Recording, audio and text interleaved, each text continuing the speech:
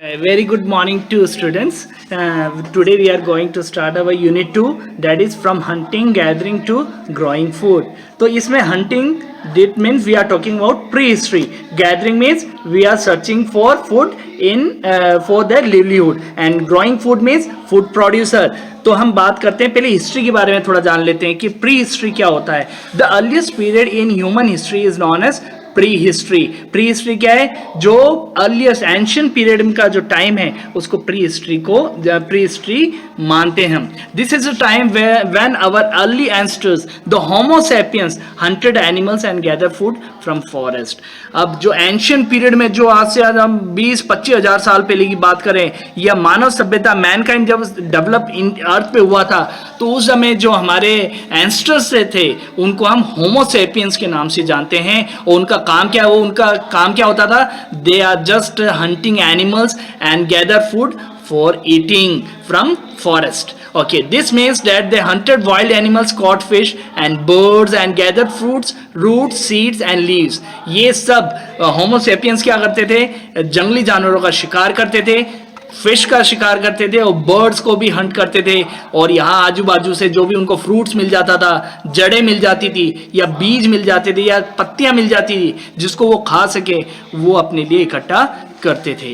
To gather food they had to move from place to place. अब ये पहले एक होता था कि वहां पर लिमिटेड सोर्सेस होते थे फूड के, तो इस वजह से एक जगह फूड खत्म हो गया तो वो दूसरे जगह मूव कर जाते थे, इसलिए they are moving from one place to another. Therefore our early ancestors were nomads. They lived a nomad life. Okay, अब मैंने बात करा है यहाँ पर from hunting, gathering and to grow food. तो हम यहाँ पर बात कर रहे हैं food producer. Food producer means growing food. इस टर्म को हम यहाँ एक्सप्लेन कर रहे हैं. By the passage of time man learn the art of growing of food and settle down at a particular place permanently. मतलब अब जैसे जैसे मैन को पता लगा कि सीड डालने से एक जगह में सारे फूड उगा सकता हूं, man learn the art of growing food और man learn the art of farming. तो फार्मिंग की आर्ट मैन ने सीखा, तो उसने अपना ठिकाना भी एक पर्टिकुलर प्लेस पे बनाना शुरू कर दिया. अब बात करते हैं finding out fire. Fire means आग. आग का आविष्कार कैसे हुआ? There is the most important और the turning point in history. The most important feature of the palaeolithic age was the discovery of fire. क्या है डिस्कवरी ऑफ फायर? का डिस्कवरी कब हुआ? पैलियोथिक एज में हुआ.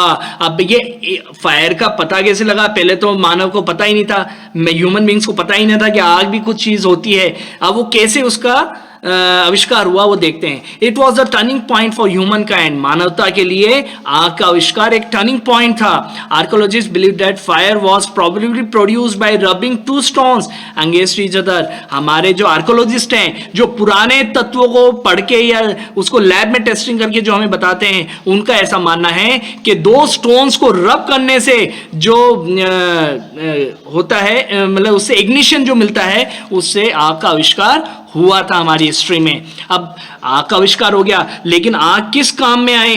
पहले तो मैन को पता नहीं था कि आग होती भी है क्या, अब उसका यूसेज क्या है. तो एडवांटेजेस ऑफ फायर हम थोड़ा सा पढ़ेंगे.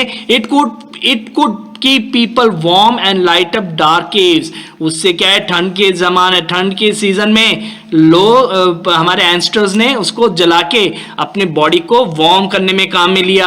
फिर रात में जब अंधेरा हो जाता था तो केव्स मतलब होता है गुफा. जिस गुफा में वो रहते थे रात में, वहां पर आग जलाते थे. It help human to roast and cook food.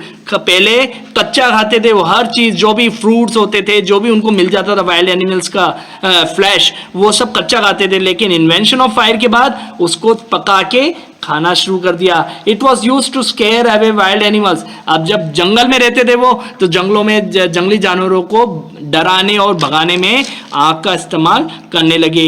अब हम बात करते हैं beginning of farming and herding. Herding का मतलब होता है गाय या वाइल्ड एनिमल्स को, या अपने पैट एनिमल्स जो होते हैं, डोमेस्टिक एनिमल्स जो होते हैं, उनको पालना. When several grain bearing grasses including wheat, barley and rice grew naturally in different parts of the subcontinent. अब हमें पता है कि व्हीट, बार्ले और राइस नेचुरली हमारे अर्थ पे ऑरिजिनेट हुए थे, लेकिन ह्यूमन बीइंग को पहले पता नहीं था, धीरे धीरे उनको पता लगा। तो क्या हुआ देखो, man women and children probably collected this grains. जब उनको थोड़ा थोड़ा इसके बारे में नॉलेज हुआ तो उन्होंने उसको इकट्ठा करना शुरू करा as food and learn where they grew. और उसको जब पता लगा तो उसने बीज को उगाना या बोना शुरू कर दिया। व्हेन दे रिपेंड, जब वो फसल पक के तैयार हो जाती थी तो उसमें से वो दाना निकालते थे। In this way people became farmer. अब कुछ इंपॉर्टेंट इसमें टर्म्स यूज करी गई हैं चैप्टर में। पहला मैंने नोमेड का एक जिक्र करा था स्टार्टिंग में, they lived a nomad life. What is nomad? People who move from one place to another in search of food. जो इंसान जो एक जगह से दूसरे जगह जो खाने के लिए जाते थे उसको नोमेड पीपल कहते थे। अब यहाँ पर नेक्स्ट हमारा है microliths, small stone tools found during the Mesolithic period. जो छोटे छोटे अलग अलग तरीके स्टोन्स हमें पुराने अवशेष के रूप में मिले हैं उनको माइक्रोलिथ्स कहते हैं। अब साइट्स का मतलब समझते हैं, places where remains of past cultures are found. अब जब हम कुछ भी खुदाई करते हैं एक्सकवेशन के समय, जो पुराने जमाने के जो पॉटरी ऑर्नामेंट्स या वेपन्स या स्टोन्स या ब्रिक्स जो भी मिलता है, उस साइट को हम, जहाँ खुदाई होती है उस जगह को हम साइट के नाम से जानते हैं।